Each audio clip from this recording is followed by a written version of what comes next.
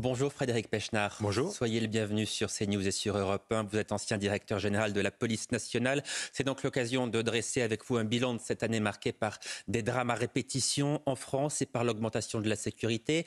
Avant d'en venir aux réponses à apporter, est-ce que la ligne défendue par le gouvernement est selon vous claire à ce sujet? On a d'un côté Elisabeth Borne qui parle d'un sentiment d'insécurité et de l'autre Gérald Darmanin qui parle d'ensauvagement de la société. Difficile de s'y retrouver. Ce qui est certain, c'est que les chiffres de la délinquance ne sont pas bons aujourd'hui sur l'ensemble de la France. C'est quelque chose que tout le monde peut voir. Il suffit d'aller sur le site du ministère de l'Intérieur. Vous allez sur le site Interstat, qui est le site du service statistique du ministère de l'Intérieur, et qui, année après année, montre une augmentation de la délinquance, notamment depuis 2017. Alors on va les citer, ces chiffres. Plus 9% de victimes d'homicide en 2022, plus 15% de victimes de coups et blessures volontaires ou encore plus 12% de victimes de viol et tentatives de viol. Effectivement, vous avez raison de dire que les chiffres, eux, ne mentent pas. C'est donc Gérald Darmanin qui a raison. Vous partagez cette expression ensauvagement de la société? Alors non, moi je ne partage pas... Je dis qu'il y a une augmentation des violences qui est incontestable. Le mot ensauvagement, ce n'est pas un mot qui est dans mon vocabulaire, mais je partage globalement ce que pense Gérald Darmanin sur ce sujet. Vous savez, il faut y faire attention aux chiffres. Il y a des chiffres qui sont très importants. Par exemple, le nombre des homicides volontaires. Parce qu'il n'y a pas de chiffre noir. La police et la gendarmerie connaissent l'ensemble des affaires d'homicides volontaires. Or, ce chiffre d'homicides volontaires, il avait diminué en France de moitié entre 1990 et 2012.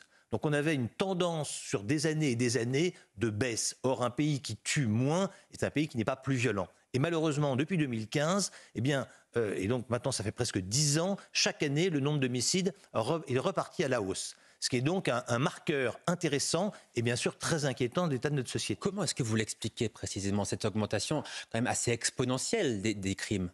Alors, sur l'augmentation, et là aussi il faut réfléchir un tout petit peu, une augmentation du nombre de plaintes n'est pas forcément toujours une mauvaise nouvelle.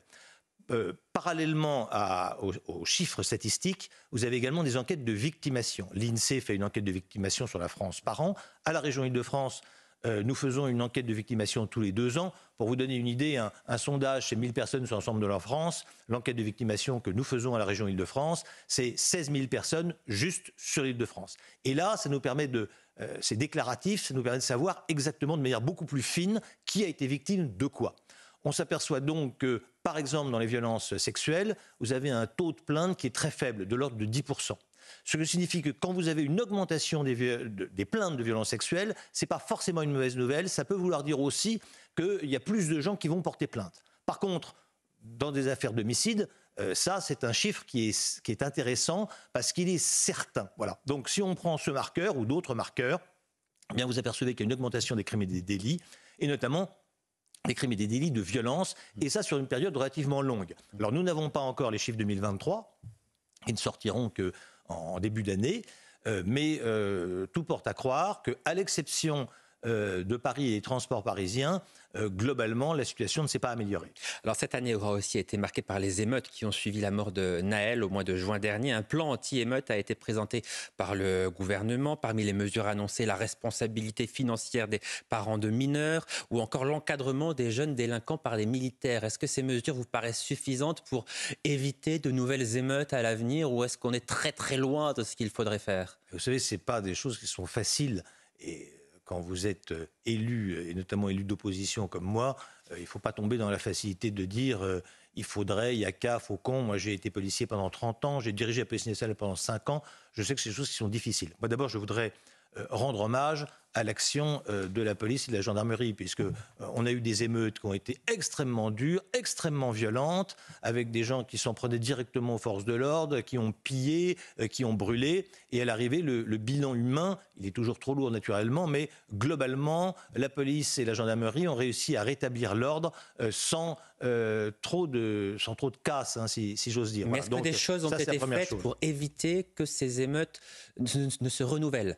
Non, franchement, il n'y a pas grand-chose qui a été fait sérieusement. La responsabilité financière des parents de mineurs, c'est une bonne idée financière, parce que On a entendu aussi ici et là, on a dit qu'il faut condamner les parents à travail d'intérêt général. Encore faut-il qu'il soit solvable, ce qui n'est pas souvent le cas. Oui, mais surtout, on ne peut pas condamner quelqu'un pour quelque chose qu'il n'a pas fait personnellement. On est dans un état de droit, c'est comme ça que ça se passe. Par contre, on peut imaginer des sanctions financières, une réparation civile. Votre fils a brûlé une voiture, vous payez la voiture. Mais effectivement, encore faut-il que les gens soient solvables. Donc c'est un peu la fausse bonne idée qui n'apporte pas grand-chose. Alors cette fin d'année aura aussi été marquée par l'adoption de la loi immigration. Le RN se félicite d'une victoire idéologique, les LR parlent d'une victoire historique. Dans les faits, est-ce que vous pensez que cette loi va permettre de changer les choses ? C'est une bonne loi. Et d'abord, il faut rendre à César ce qui est à César. Le Rassemblement national n'a rien fait pour cette loi. Par contre, c'est une loi qui, au départ, émane du Sénat, qui a été votée conjointement par la majorité du Sénat, c'est-à-dire LR et avec nos amis centristes. Et globalement, elle a été reprise par l'Assemblée nationale à la suite du travail qui a été fait par la commission mixte paritaire. Donc oui, c'est une bonne loi. C'est une bonne loi parce qu'elle permettra de maîtriser un peu mieux l'immigration et qu'elle permettra de renvoyer un peu plus facilement, notamment les étrangers qu'on ne souhaite pas garder en France. Je pense à ceux qui sortent de prison, par exemple. Mais elle est insuffisante puisque le président Éric Ciotti, le président des LR, Éric Ciotti, l'a dit à de nombreuses reprises, il y a une hiérarchie des normes judiciaires et administratives. Et la loi est inférieure aux traités.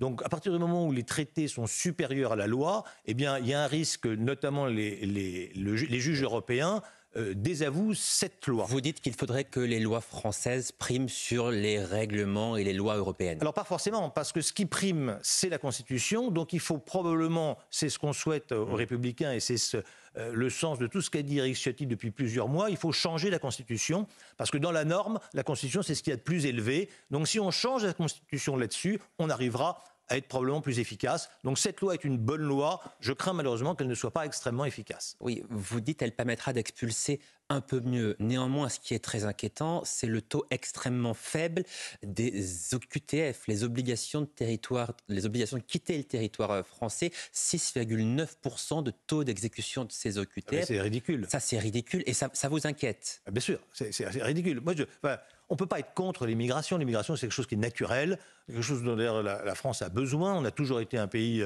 d'immigration, on est un pays de liberté. Les gens viennent, les gens repartent, c'est parfaitement normal. Par contre, il y a un certain nombre de personnes qui ne respectent pas nos règles et qu'on veut pouvoir renvoyer chez eux. C'est pour ça qu'on leur donne une obligation de quitter le territoire français. Les mots ont un sens, obligation. Et cette obligation, eh bien, dans 93% des cas, elle n'est pas mise à exécution. Bon, on voit bien que ça, on marche un petit peu sur la tête. C'est pas quelque chose qui est normal. On doit pouvoir faire repartir chez eux des étrangers, à partir du moment où, bien sûr, où ils ne sont pas réfugiés politiques et ne risquent pas leur vie dans leur pays. Mais c'est le cas de l'immense majorité des étrangers qu'on souhaite voir repartir, et notamment les étrangers délinquants.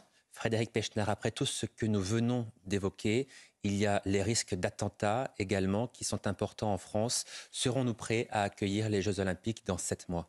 Mais d'abord, on n'a pas le choix. Donc les Jeux Olympiques viendront en France dans 7 mois, donc il faut y faire face et le mieux possible. Alors après, dire qu'il y a un risque, c'est pas faire peur inutilement, c'est faire prendre conscience que oui, il y a un risque terroriste. Je pense d'ailleurs que les services de l'État en ont parfaitement conscience.